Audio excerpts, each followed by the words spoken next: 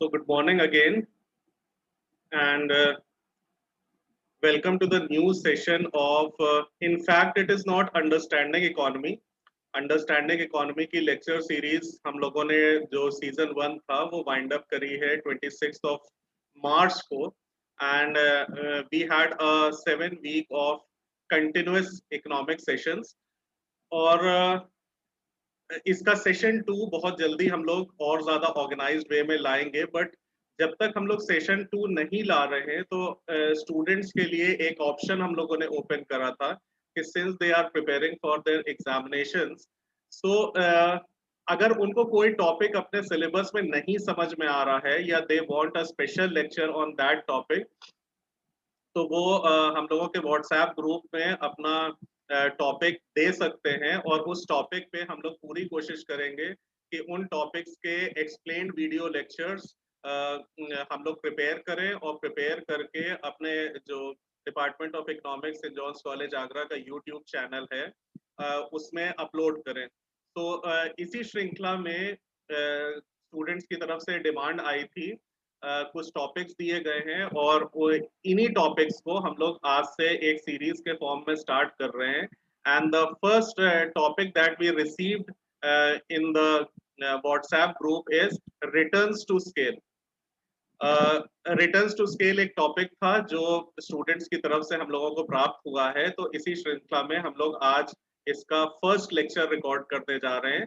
ये lecture college के YouTube portal पे अपलोड हो जाएगा और स्टूडेंट्स के लिए ये फैसिलिटी रहेगी कि वो इसके लेक्चर्स रेगुलर बेसिस पे जो भी उन्हें टॉपिक्स एग्जामिनेशन से रिलेटेड नहीं समझ में आए हैं उन टॉपिक्स को वो स्टडी कर सकते हैं, उन टॉपिक्स को टीचर्स को दे सकते हैं और वो टॉपिक फिर से रिकॉर्ड करके यूट्यूब चैनल पे डाल दिया जाएगा जिससे वो अपने एग्जामिनेशन की प्रिपरेशन अच्छे से कर सके। साथ ही साथ जितने भी पीपीटीज इन लेक्चर्स के होंगे ये सारे पीपीटीज भी गूगल ड्राइव के थ्रू शेयर कर दिए जाएंगे so that they can go through it और एक नोट्स के फॉर्म में भी उन्हें ये सारे इंफॉर्मेशन मिल सके। So we are starting with the lecture now. क्योंकि स्टूडेंट्स की तरफ से ये भी डिमांड रही है कि we should be using both English and Hindi, तो हम लोगों ने कोशिश ये करी है कि जो पीपीटीज प्रिपेयर करें that should be in English और एक्सप्लेनेशन हिंदी और इंग्लिश मिक्स करके उनको दिया जा सके। तो रिटर्न्स टू स्केल की जब हम लोग बात करते हैं तो returns to scale basically second unit में आपके सिलेबस में पाया जाता है। फर्स्ट यूनिट जो आपने पढ़ी थी वो पूरी की पूरी कंज्यूमर से रिलेटेड थी, कंज्यूमर के बिहेवियर से रिलेटेड थी और सेकेंड यूनिट आपकी टोटली प्रोड्यूसर के बिहेवियर से रिलेटेड है। तो हम लोग एक बहुत जनरल कॉन्सेप्ट से स्टार्ट करेंगे कि प्रोड्यूसर की विचारधारा क्या होती, प्रोड्यूसर को क्या सोचना पड़ता है, क्या उसके सोचने की आवश्यकता है। तो जिस प्रकार से यहाँ पे अगर आप देखें तो सबसे पहली उसकी रिक्वायरमेंट जो वो सोचता है that is number of goods to be produce, quantity of production. सबसे पहला उसका कंसर्न रहता है कि हमें कितनी क्वांटिटी प्रोड्यूस करनी है और जब वो क्वांटिटी डिसाइड कर लेता है तो क्वांटिटी डिसाइड करने के बाद जो उसका दूसरा विचार रहता है वो रहता है कि जो फैक्टर ऑफ प्रोडक्शन वो इस क्वांटिटी को प्रोड्यूस करने के लिए यूज करने जा रहा है, फैक्टर ऑफ प्रोडक्शन को इस्तेमाल करना चाह रहा है, उनका कॉस्ट इफेक्टिवनेस क्या है। क्योंकि जैसा कि हम लोग जानते हैं एक प्रोड्यूसर का एम क्या है, टू अर्न मैक्सिमम प्रॉफिट। तो मैक्सिमम प्रॉफिट कब मिलता है? मैक्सिमम प्रॉफिट तब मिलता है जब उसका प्रोडक्शन की क्वांटिटी ठीक हो और कॉस्ट मिनिमाइज कर सके। वो जब कॉस्ट मिनिमम होगा तभी प्रॉफिट ज्यादा होगा। तो इसी एक कॉम्बिनेशन को प्रोड्यूसर पूरा अच्छे से स्टडी करता है और स्टडी करने के बाद वो डिसाइड करता है कि what should be the perfect combination, मतलब कि क्वांटिटी प्रोड्यूस क्या होनी चाहिए और कॉस्ट कम से कम कब इस्तेमाल होना चाहिए, कम से कम कॉस्ट क्या हो सकता है। And what is the cost? Cost of inputs, वो फैक्टर्स जो उसे प्रोड्यूस करने में मदद कर रहे हैं। दैट इज हम लोग आमतौर पे क्या कहते हैं, factor of production land labour capital है। तो लैंड लेबर कैपिटल को किस तरह से उसे इस्तेमाल करना है कि कम से कम कॉस्ट उसमें लगे, जब कम से कम कॉस्ट रहेगा तो उसका मैक्सिमम जो मैक्सिमम प्रॉफिट वो गेन कर सकता है। Now, when we are talking about these two things, that is quantity and cost, so we should be understanding the relationship between production and cost. Production, उसे कितने क्वांटिटी प्रोड्यूस करना है, और cost of factor, मतलब उसको cost किस चीज पे कितना खर्च करना है. There is an inverse relationship between production and cost. Production और कॉस्ट के बीच में रिलेशनशिप डायरेक्ट नहीं होती है, रिलेशनशिप इनवर्स होती है. इनवर्स रिलेशनशिप का मतलब क्या होता है, एक चीज जब बढ़ेगी तो दूसरी चीज घटेगी. इसका सीधा सा मतलब ये क्या है कि when production is maximum, cost is minimum. Production जब मैक्सिमम पे होगा, कॉस्ट मिनिमम पे होगा. इसका मतलब क्या है कि प्रोडक्शन अगर बढ़ रहा है तो कॉस्ट घट रहा है, अगर प्रोडक्शन घटेगा तो कॉस्ट बढ़ेगा. इसी को ध्यान में रखते हुए हम कर्व्स की अगर बात करें, तो जो हमारे टोटल प्रोडक्ट कर्व है, एवरेज प्रोडक्ट कर्व है और मार्जिनल प्रोडक्ट कर्व है, इनका शेप जो होता है वो रिवर्स यू के शेप में होता है. जैसे कि यहाँ पहले डायग्राम में अगर हम देखें तो ये एक रिवर्स यू बना हुआ है. रिवर्स यू का क्या मतलब है कि पहले आपका प्रोडक्शन इंक्रीज हो रहा है, फिर कांस्टेंट हुआ, फिर डिक्रीज हुआ. मगर इसके कंपैरिजन में अगर हम कॉस्ट को देखें तो कॉस्ट इन्वर्टेड यू नहीं है, वो यू शेप्ड है. यू शेप्ड का मतलब शुरू में कॉस्ट डाउन हो रहा है, फिर कांस्टेंट हो रहा है, फिर इंक्रीज कर रहा है. तो अगर इन दोनों ही फिगर्स को हम लोग कंपेयर करें तो that means when production is rising, cost is declining.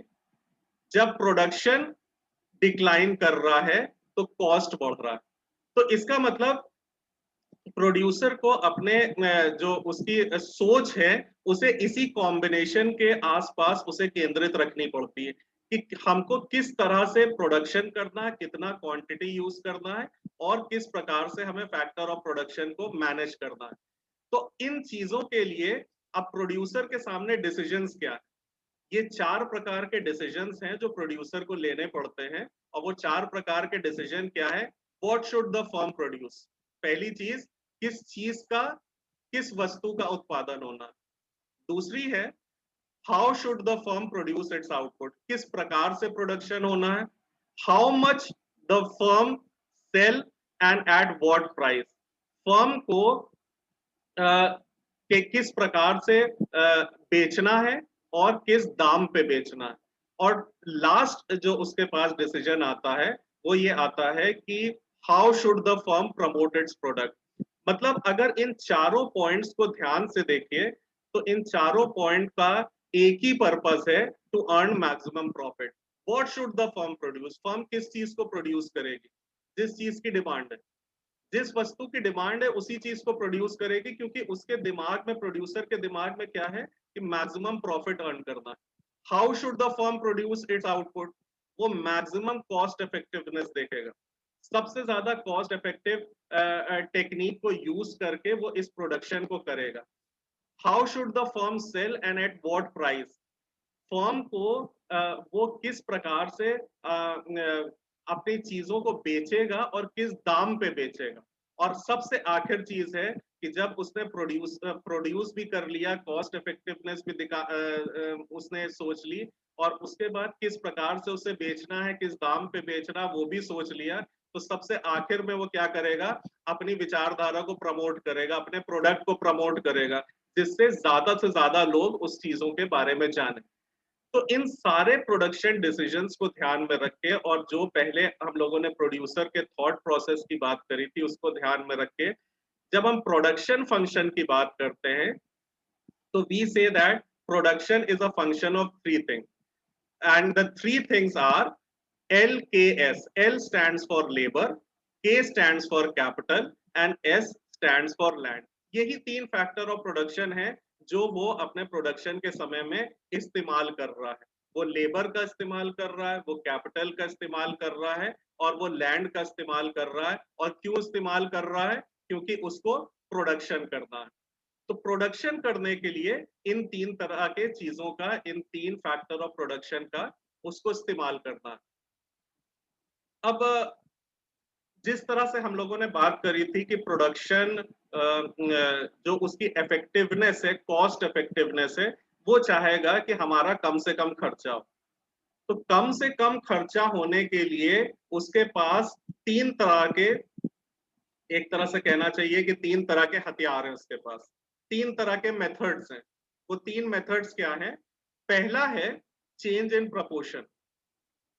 Change in proportion में वो क्या कर सकता है कि अगर उसके पास दो फैक्टर ऑफ प्रोडक्शन है, वो सपोज लेबर को इस्तेमाल कर रहा है और कैपिटल को इस्तेमाल कर रहा है, तो लेबर और कैपिटल को हम लोग ये मानते हैं कि शॉर्ट रन में उसके पास कैपिटल को चेंज करने की बहुत ज्यादा सुविधा नहीं रहती है। कैपिटल एक तरह से कांस्टेंट रहता है। तो जब कैपिटल कांस्टेंट है तो वो किस चीज को चेंज करेगा? वो चेंज करेगा लेबर को। तो जब वो कैपिटल को कांस्टेंट रख के लेबर को चेंज करेगा, तो उसका जो बेसिक इनपुट्स जो यूज कर रहे हैं, उन इनपुट्स के प्रपोर्शन में चेंज आ जाएगा। प्रपोर्शन में चेंज किस प्रकार से आता है? जैसे पहले यूनिट प्रोड्यूस करने के लिए अगर उसने एक लेबर और एक कैपिटल का इस्तेमाल किया, तो एक लेबर और एक कैपिटल का इस्तेमाल किया है, तो इसका मतलब क्या हो गया कि उसने 1:1 के रेशियो में इनपुट्स यूज करे हैं प्रोडक्शन को करने के लिए। अब प्रपोर्शन है 1:1 का।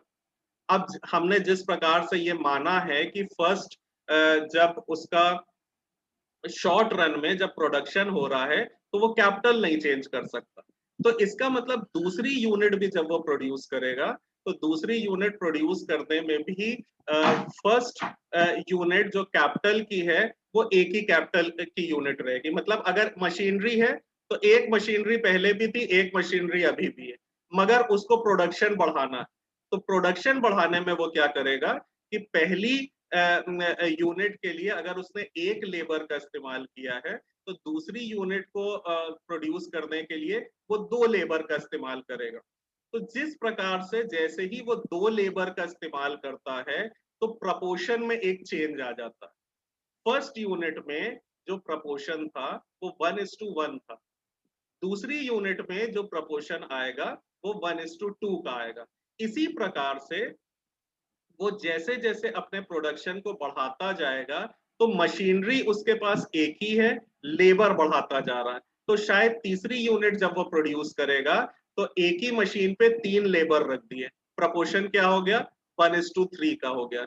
चौथी यूनिट प्रोड्यूस करने के लिए मशीनरी एक ही थी, प्रोड्यूसर जो उसका लेबर था वो 4 हो गया, प्रपोर्शन क्या हो गया? 1:4 का प्रपोर्शन हो गया। तो हो क्या रहा इस प्रोसेस में? शॉर्ट रन प्रोसेस में हम एक फैक्टर ऑफ प्रोडक्शन को कांस्टेंट रख देते हैं और दूसरे फैक्टर ऑफ प्रोडक्शन को वेरिएबल कर देते हैं। तो वेरिएबल फैक्टर ऑफ प्रोडक्शन की वजह से, क्योंकि दो फैक्टर ऑफ प्रोडक्शन है, एक कांस्टेंट है एक वेरिएबल है, तो जैसे जैसे हम एडिशनल यूनिट प्रोड्यूस करते जाते हैं, the proportion of inputs required to have an additional unit of product keeps on changing। पहले 1:1 था, फिर 1:2 हो गया, फिर 1:3 हो जाएगा, 1:4 हो जाएगा, और इस प्रकार से ये चलता जाएगा। तो जो पहली इस बेसिस पे जो पहली थ्योरी बनी, वो थ्योरी थी लॉ ऑफ वेरिएबल प्रोपोर्शन और returns two factor. Returns two factor का मतलब क्या है? एक ही फैक्टर चेंज हो रहा है, इसका मतलब जो भी प्रोडक्शन में चेंज आ रहा है वो उस एक फैक्टर की वजह से आ रहा है। एक लेबर का जो आउटपुट है, जो एक एडिशनल लेबर का आउटपुट है, एडिशनल लेबर एम्प्लॉय करने का आउटपुट है, वो हमें उस प्रोडक्शन के फॉर्म में हमको प्राप्त हो रहा है, क्योंकि एक ही लेबर चेंज हो रहा है। लेबर चेंज हो रहा है, मशीनरी सेम है, तो इसका मतलब जो भी बदलाव आ रहा है, जो भी प्रोडक्शन में चेंज आ रहा है, वो उस लेबर की के बेसिस पे चेंज आ रहा है और किसी चीज से चेंज नहीं आ रहा है। तो that's why changes in proportion को हम लोग जिस थ्योरी में समझते हैं, वो होती है लॉ ऑफ वेरिएबल प्रपोर्शन या रिटर्न्स टू फैक्टर। दूसरे प्रकार की जो आज का टॉपिक है, जो स्टूडेंट्स ने अपनी डिमांड रखी थी कि we should be explaining about changes in scale. अब शॉर्ट रन में तो उसके पास ये ऑप्शन अवेलेबल था कि वो मशीनरी को कांस्टेंट रखता और लेबर को चेंज करता, मगर लॉन्ग रन एक बड़ा पीरियड होता। लॉन्ग रन में उसके पास क्या ऑप्शन है कि वो दोनों फैक्टर ऑफ प्रोडक्शन को चेंज कर सकता है। वो मशीनरी को भी चेंज कर सकता है, वो लेबर को भी चेंज कर सकता है। तो जब मशीनरी और लेबर दोनों चेंज हो रहे हैं तो क्या हो रहा है कि basically the scale is changing, not the proportion, not just the we are not talking about the proportion, scale change हो रहा है।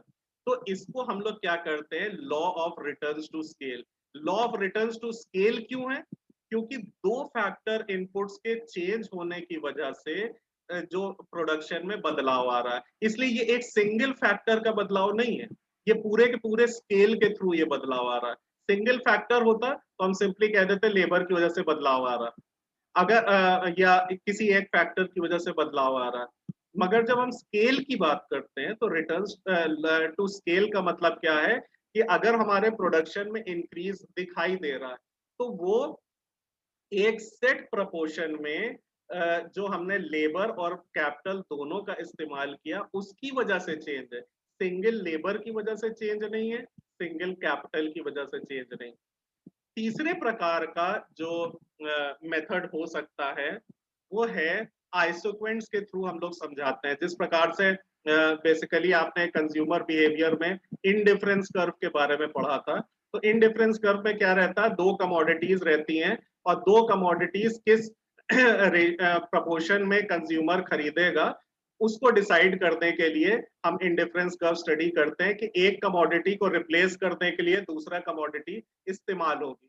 उसी प्रकार से आइसोक्वेंट्स में हम लोग क्या करते हैं कि अगर सपोज एक्स एक्सिस पे हमने लेबर लिया है और वाई एक्सिस पे कैपिटल लिया है, तो अगर हमें लेबर बढ़ाना है तो हमें कैपिटल का सैक्रिफाइस करना पड़ेगा। यहाँ क्या हो रहा है, यहाँ पे एक स्केल नहीं चेंज हो रहा है या एक प्रपोर्शन नहीं चेंज हो रहा है, बल्कि सब्सटीट्यूशन हो रहा है। one factor of production is being substituted by other factor of production। जैसे कि हम लोग लेबर इंटेंसिव टेक्निक या कैपिटल इंटेंसिव टेक्निक की बात करते हैं, अगर प्रोड्यूसर को ये पता लग जाए कि यहाँ पे लेबर सस्ता है और मशीनरी महंगी है, तो उस केस में वो क्या करेगा, मशीनरी को लेबर से सब्सटीट्यूट कर देगा। या किसी जगह कैपिटल इंटेंसिव टेक्निक है, उसको ये लग रहा है कि हमारा कैपिटल ज्यादा सस्ता है, लेबर महंगा पड़ रहा है, तो लेबर को वो कैपिटल से रिप्लेस कर देगा। So these are the three different types of these are the three different methods जिसके बेसिस पे वो अपने मेन टारगेट को, जो हम लोगों ने फर्स्ट स्लाइड में पढ़ा है, उसी को अचीव करने की कोशिश कर रहा है। That is the minimum cost of production. Ultimate purpose उसका है टू मैक्सिमाइज प्रॉफिट, और उस मैक्सिमाइज प्रॉफिट के लिए he needs minimum cost of production. और मिनिमम कॉस्ट ऑफ प्रोडक्शन किस प्रकार से हासिल किया जाए उस चीज को देखने के लिए वो इन तीन थ्योरीज के बेसिस पे कर रहा है। शॉर्ट रन में वो प्रपोर्शन चेंज कर देगा, लॉन्ग रन में वो स्केल चेंज कर देगा, और जब उसको एक टेक्निक दूसरे, एक फैक्टर ऑफ प्रोडक्शन को, एक फैक्टर इनपुट को दूसरे फैक्टर इनपुट से रिप्लेस करना है, उसे उसमें प्रॉफिट मिल रहा है, तो वो आइसोक्वेंट्स के बेसिस पे इस लाभ या हानि को समझने की कोशिश करें। अब जो आज का टॉपिक है वो ये है कि रिटर्न्स टू स्केल किस तरह से फंक्शन करती है, रिटर्न्स टू स्केल में क्या चीजें दी गई हैं। इन चीजों को स्टडी करने के लिए now I would like you to look at this table and understand this table very carefully। अब रिटर्न्स टू स्केल में क्या सिचुएशन है उसके पास कि वो एक लॉन्ग रन सिचुएशन को डील कर रहा है, और लॉन्ग रन सिचुएशन में उसके पास सिचुएशन क्या है कि दोनों फैक्टर ऑफ प्रोडक्शन को वो चेंज कर सकता है। तो हम ये मान के चलते हैं कि वो दो फैक्टर ऑफ प्रोडक्शन यहाँ पे लेबर है और कैपिटल। तो लेबर और कैपिटल दो तरह के फैक्टर ऑफ प्रोडक्शन है जो वो इस्तेमाल कर रहा है। अब जिस प्रकार से हम देख रहे हैं कि लेबर को वो क्या कर रहा है, पहली यूनिट ऑफ प्रोडक्शन में उसने एक लेबर का इस्तेमाल किया है, दूसरी यूनिट ऑफ प्रोडक्शन में उसने 2 लेबर का इस्तेमाल किया है, और तीसरे में तीसरी यूनिट प्रोड्यूस करने के लिए उसने थर्ड लेबर को इस्तेमाल किया। नाउ इन दिस केस जब कैपिटल की बात आ रही है तो कैपिटल को वो किस रेशियो में कैसे चेंज कर रहा है? पहले उसने 2 कैपिटल इस्तेमाल किए, फिर उसने 4 कैपिटल इस्तेमाल किए, फिर उसने 6 कैपिटल इस्तेमाल किए। तो 2, 4 और 6, 2, 4 और 6 कैपिटल है और 1, 2 और 3 लेबर है। Now we will try to find out the percentage increase in labour and capital. अब हमें क्या निकालना है कि लेबर और कैपिटल का परसेंट इंक्रीज क्या था। तो परसेंट इंक्रीज पहले लेवल पे ब्लैंक रहेगा क्योंकि you don't have a data to compare. Second level से हम परसेंट इंक्रीज इन लेबर और कैपिटल को निकालेंगे, और वो क्या है, how to find out this thing. यहाँ नीचे अगर आप देखिए, percent change in labour is 2 - 1 upon 1 into 100। यानी कि इसमें करा क्या जा रहा है, जो एडिशनल आपकी लेबर यूनिट है, सेकेंड यूनिट है, 2 में से जो ऊपर वाली लेबर यूनिट है उसको माइनस किया गया है। क्यों माइनस किया गया है? क्योंकि हम ये निकालना मांग रहे हैं कि लेबर इंक्रीज कितना है, क्योंकि हमें टोटली फाइनली क्या निकालना है, हमें परसेंट इंक्रीज इन लेबर निकालना है। तो परसेंट इंक्रीज इन लेबर निकालने के लिए पहले इंक्रीज इन लेबर निकालना है। तो पहले जब हमें इंक्रीज इन लेबर निकालना है तो हमें 2 में से 1 माइनस करेंगे, क्योंकि total quantity of labour second level पे 2 है, सेकेंड लेवल पे 2 है, पहले 1 थी, तो इसका मतलब इंक्रीज इन लेबर क्या हो गया, 2 - 1 हो गया। तो 2 - 1 is the increase in labour, और 2 - 1 को जब हम परसेंट टर्म्स में कन्वर्ट करते हैं तो परसेंट टर्म्स में कन्वर्ट करने पे हमारे पास आता है percent increase in labour, that is 100%। 100% is the increase in labour. अगर हम सेकेंड लेवल पे जाते हैं या इनफैक्ट थर्ड लेवल पे जाते हैं तो इंक्रीज कैसे निकालेंगे? सेकेंड लेवल पे टोटल लेबर थे 2, और थर्ड लेवल पे लेबर कितने हो गए, 3 हो गए। तो इसका मतलब सेकेंड लेवल के कंपैरिजन में थर्ड लेवल पे कितने लेबर इंक्रीज करें, 3 - 2। तो 3 - 2 का मतलब हुआ 1 लेबर। तो 1 लेबर जब हमारा इंक्रीज हुआ है and we will when we will convert it into percent term, तो that means there is a 50% increase in labour. इसका मतलब क्या हुआ कि percent increase in labour second level पे 100% है और थर्ड लेवल पे 50% है। अगर कैपिटल के फॉर्मेट में देखते हैं तो सेम थिंग विल हैपन।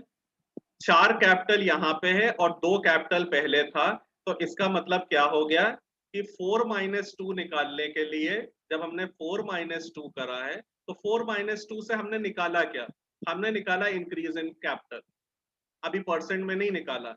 तो इंक्रीज इन कैपिटल 2 हो गया, और जब हमने उसे परसेंट में कन्वर्ट किया तो 100% हो गया।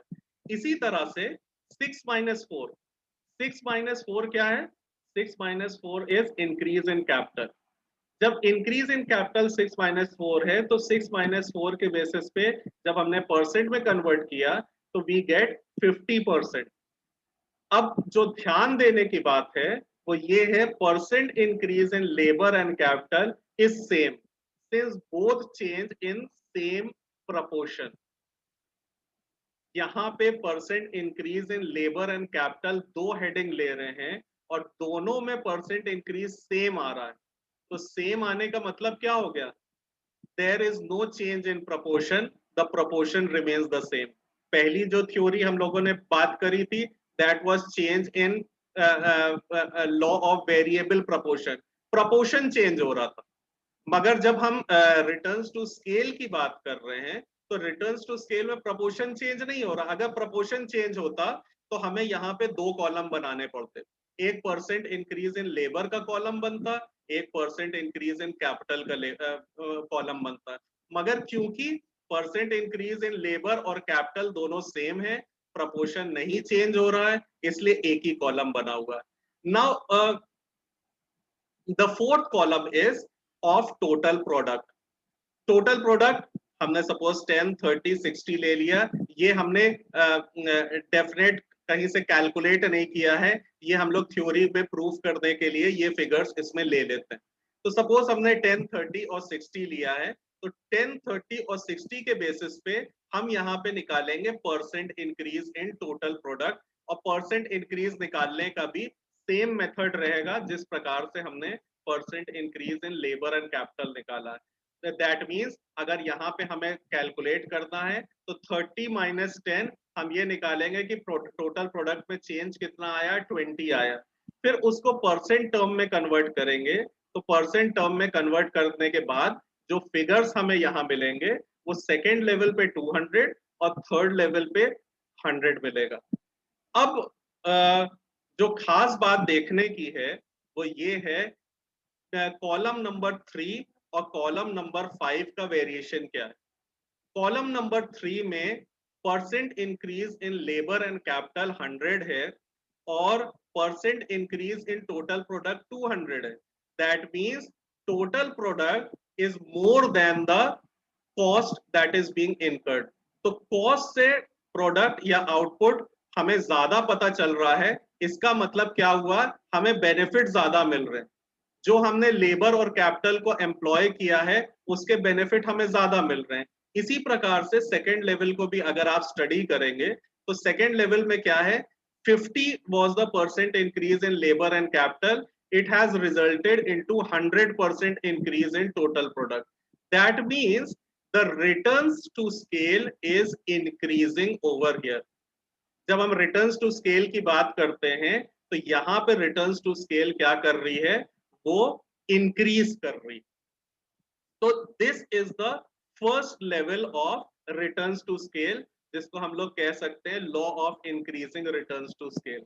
Law of increasing returns to scale का मतलब the total product is increasing more than the percentage increase in total product is increasing more than the percent increase in labor and capital. Now let's move to the second level, and that level as you can see over here is law of constant return.